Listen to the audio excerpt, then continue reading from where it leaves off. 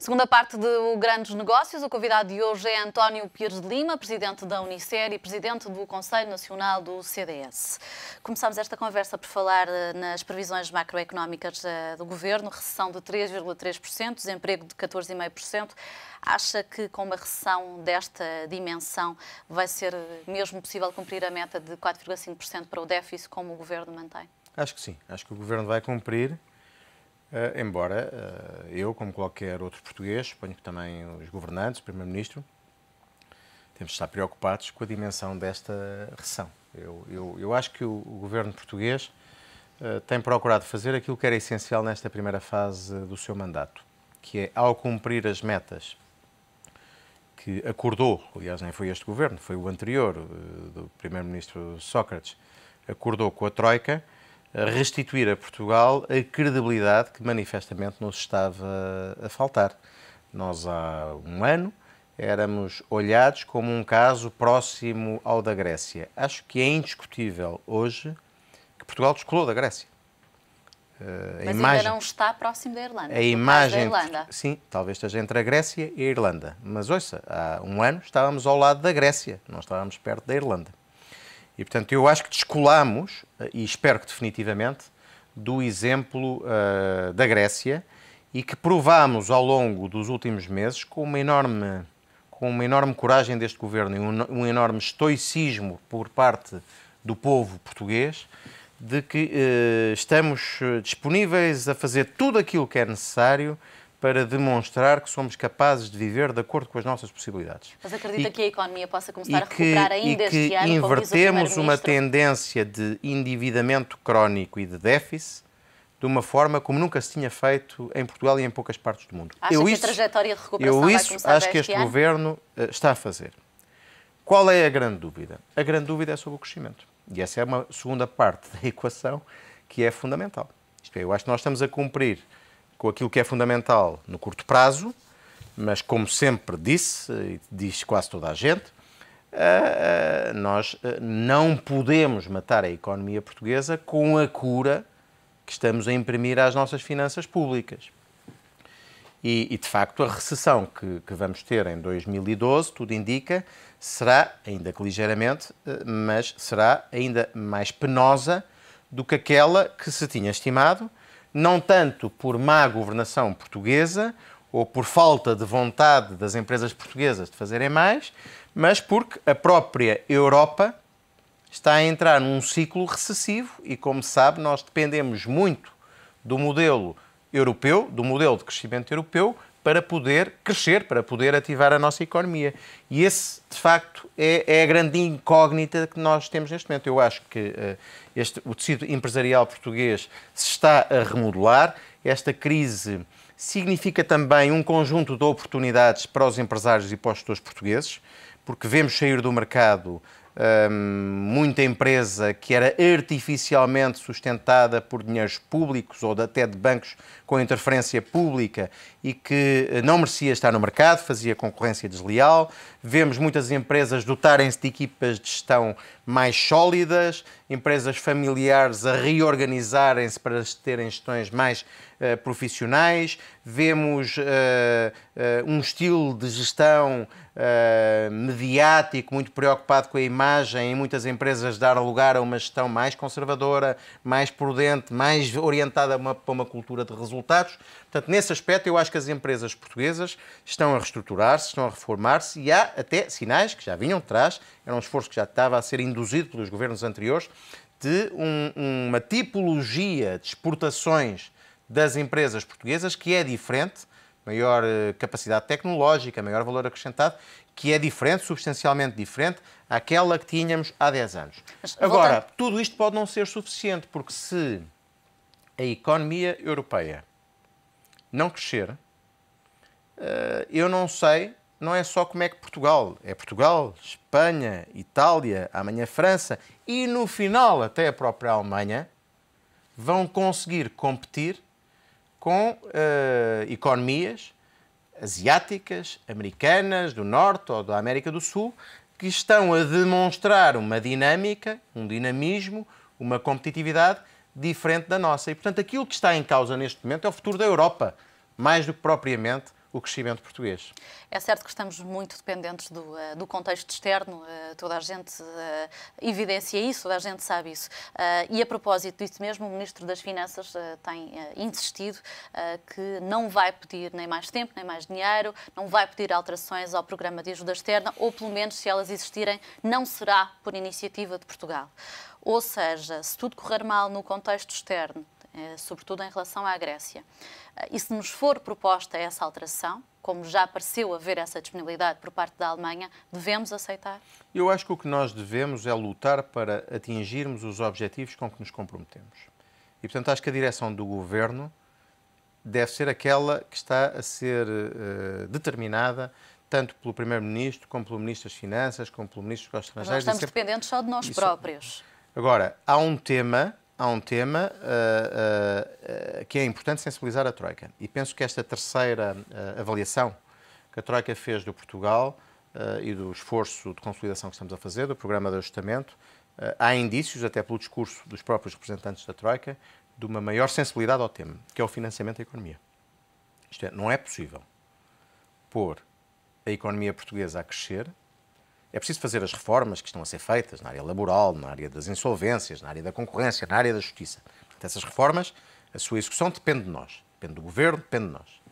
Mas não é possível pôr a economia a crescer, mesmo com essas reformas executadas, e eu já estou a dar por adquirido, estou a ser generoso, que essas reformas estão todas a ser executadas e vão ser todas executadas no timing que foi combinado. Se quando diz que as está empresas... a ser generoso, quer dizer que isso é uma visão muito otimista. Não, algumas começaram agora, portanto, mas já estou a dar por adquirido que existe vontade e que estão a ser iniciadas e executadas e vão ser levadas a fim. Algumas dúvidas, porque algumas das reformas não dependem sequer só do Governo, como é o caso da Justiça, não é? Agora, independentemente de tudo isso, não é possível pôr a economia portuguesa a crescer se não forem assegurados níveis mínimos e razoáveis de financiamento à economia portuguesa, isto é, às empresas privadas portuguesas, eu não estou a falar das empresas públicas, das empresas privadas portuguesas, que permitam apoiar o investimento, a execução de bons projetos, nomeadamente às boas empresas. Acha que o Estado ainda é o grande servidor do financiamento? Foi, até há pouco tempo foi. Foi, claramente.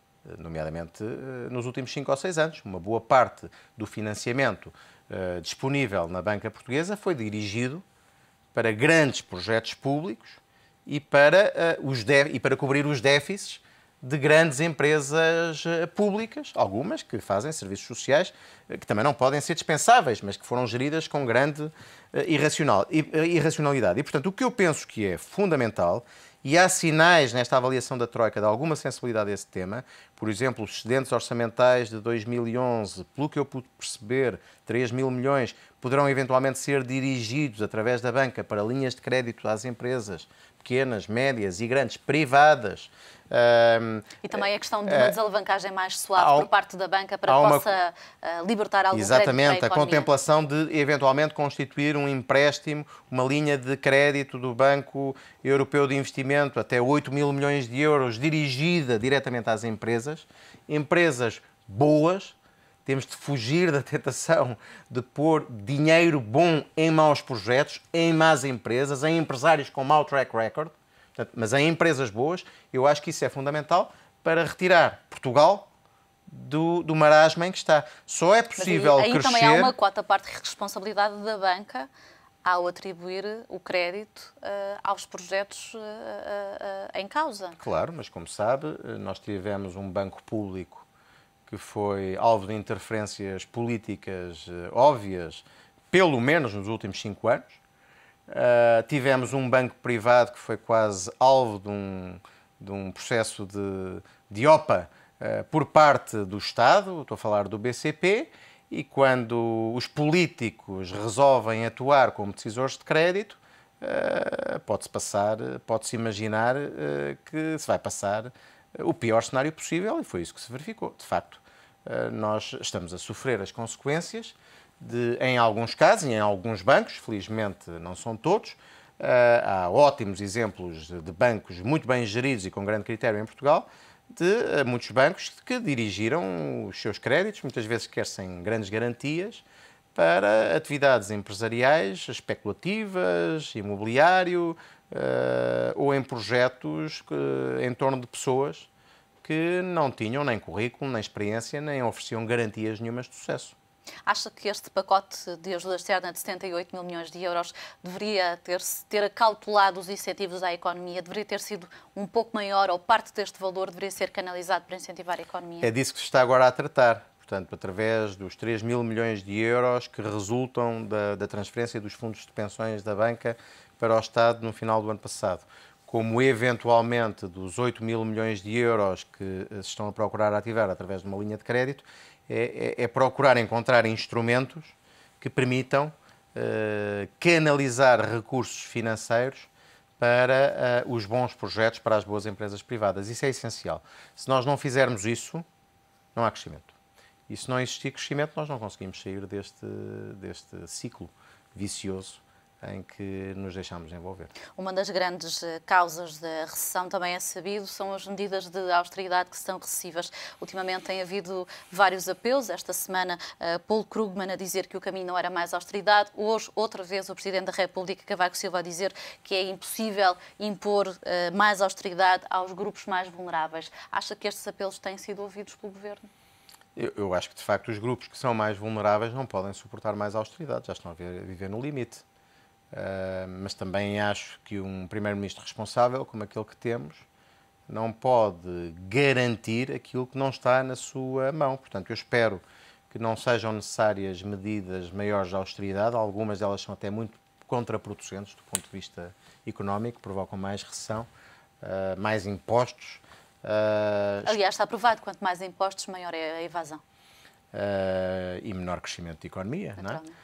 E, portanto, acho que é altamente indesejável que se aumentem mais os impostos ou que se afetem mais os rendimentos das classes mais desfavorecidas. Mas acha que o Primeiro-Ministro não está em condições de prometer que não vai tomar mais medidas de austeridade? Um Primeiro-Ministro responsável e que tem como obsessão e determinação manter Portugal no euro e restituir a credibilidade de Portugal junto dos mercados, não pode, sob palavra de honra, garantir que não vai ter de, eventualmente, se for necessário e absolutamente necessário, implementar mais uma ou outra medida de austeridade. Ele seguramente é o primeiro a desejar que isso não aconteça. E eu estou de acordo, se existir algum cenário de mais alguma medida de austeridade, é bom que essas medidas de austeridade não recaiam sobre aqueles que neste momento já estão numa situação de maior vulnerabilidade. Para terminar, mas ninguém responsável pode prometer não ter de fazer aqui e acolá mais algum tipo de medida de austeridade, se isso for absolutamente necessário para equilibrar as contas e recuperar a credibilidade de Portugal. E pode vir a ser necessário, no seu entender? Eu espero que não. Eu espero que não. Acho que aquilo que estamos a fazer, do ponto de vista de correção do déficit da balança comercial, de correção do déficit do orçamento do Estado e de redução do endividamento, é absolutamente notável. Para terminar, e, portanto, tenho muitas esperanças que este caminho, que é um caminho doloroso, um caminho de austeridade, e que está a reduzir o consumo no mercado interno através de uma redução drástica também das importações, seja suficiente para equilibrar as contas e que este Governo se possa concentrar nas medidas de ativação económica, porque elas são absolutamente fundamentais. Acha que o PS e António José Seguro se vão progressivamente desmarcar do acordo assinado com a Troika? Essa tentação existe, é óbvia. Todos os dias eu acho que o líder da oposição, o Dr. António José Seguro, tem que fazer um esforço grande para, em nome do interesse nacional, em nome daquilo que é importante para Portugal, não entrar num discurso populista e facilitista. Mas eu acho também que os portugueses têm uma memória forte daquilo que foram os últimos 15 anos de governação, 13 dos quais do Partido Socialista. E, portanto, se o discurso do Dr. António José Seguro, que até aqui tem sido, naquilo que é essencial, um discurso muito responsável, começar a resvalar para o facilitismo, para a demagogia, para o populismo, para o demarcar-se daquilo que são os compromissos que o próprio Partido Socialista assumiu com a Troika, eu acho que os portugueses saberão seguramente ajuizar na altura própria esse comportamento irresponsável. António Pires de Lima, muito obrigada pela sua entrevista neste Obrigado, Grandes Negócios. foi um prazer. Já sabe, todas as semanas aqui no ETV, grandes nomes, grandes ideias, grandes negócios.